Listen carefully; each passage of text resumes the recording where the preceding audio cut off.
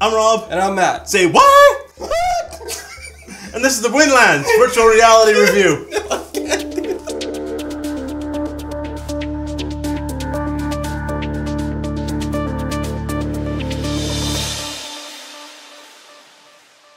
Matthew, Windlands 2. It's available on the Rift and now on the Vive and Windows Mixed Reality. Right. What do you do? What's the gist?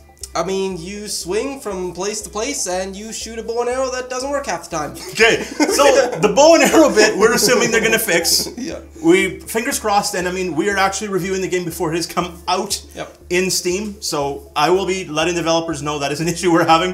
But yeah, super frustrating. Our bow is not working a lot of the time. However, movement styles, swinging a lot, but how do you do it? How do you do it? You're Spider-Man. Like Spider-Man. Yeah. So you get a little button on your wrist that you end up firing off. Excuse me, if you had to flick your wrist. There's an adapter that you guys can sell on the side. Yeah. But in actuality, this works both standing and seated somehow. So, I'm not really sure how you do it seated, but it has that either smooth turning or jerk turning, so you probably use the... I don't believe jerk turning is the correct term. I like jerk turning. But I assume you know what we mean? Jerk it. That's our motto. It's a great motto. Barefoot Gaming. Jerk it.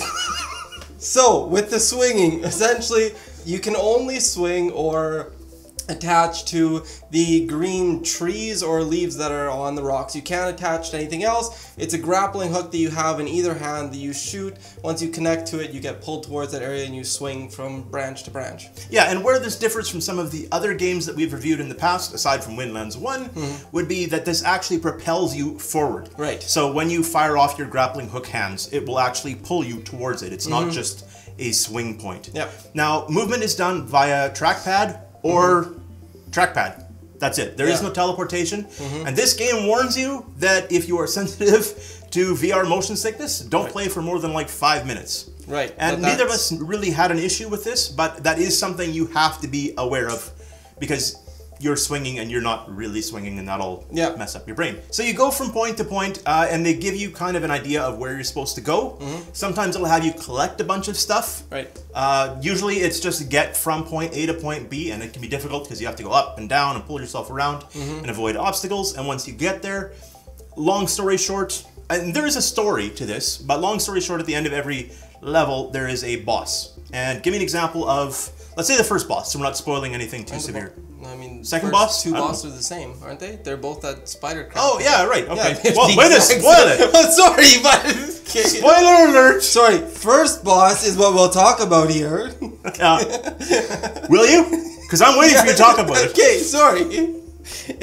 It's a spider crab thing. It's got some missiles. It shoots at you. Crab. You said crab. Spider crab thing. Yeah. Well, it looks like a spider crab thing. It does, yes. Doesn't it? Well, how would you describe it? I thought you said spider crab. Keep going. Okay. Okay. So there's a spider-like thing that shoots you with rockets and missiles and stuff like that, and you have to dodge them. Or if there's a big bomb that's coming at you, you're supposed to shoot it with your bow and arrow as it's flying at you, and it'll explode before it hits you. Now the goal for this boss is it has these red highlighted areas on it that'll be lit up, and you want to shoot those areas in order to take down the boss. Normally you'll have to shoot these places like 3 or 4 times. Like, it'll go through 3 different phases. You'll kill all the parts of it, it'll get a shield around itself, you kind of fly around for a little bit, and then its parts will light up again. Yeah, and once you finish destroying it all together, then you get like this little crystal thing that you have to bring back to more storyline based stuff. Right. So I think we've talked about the gist of the game itself. We've talked about the game mechanics. Right. Let's give you our personal opinion on this, okay? Now I think this runs for $34 Canadian. That's what it's running on the Rift store. I'm expecting that'll be the same price for the Vive and the Windows Mixed Reality. Matthew, give me how many spider crabs out of 5 would you give this, and why? I would probably give it about a 5 out of 10 currently, or I guess a 3 out of 5. Depending on which, I don't know. 3 out of 5 is not 5 out of 10. Well, I mean, you got a 2.5, or like, well, it's hard to give a half to something. Let's drop the math. Give me some pros, give me some cons.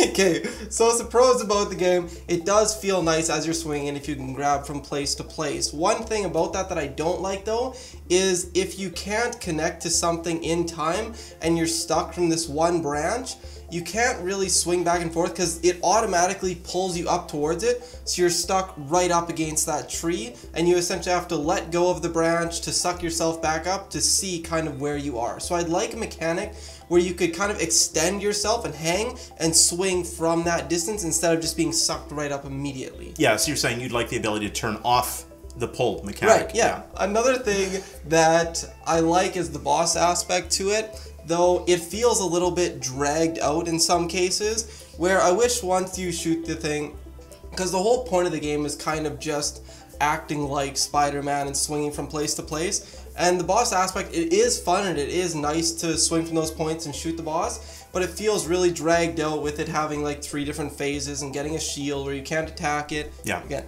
con. Thank you. Yes. Anything else you'd like to add? No, I think that's it. Okay, so my turn.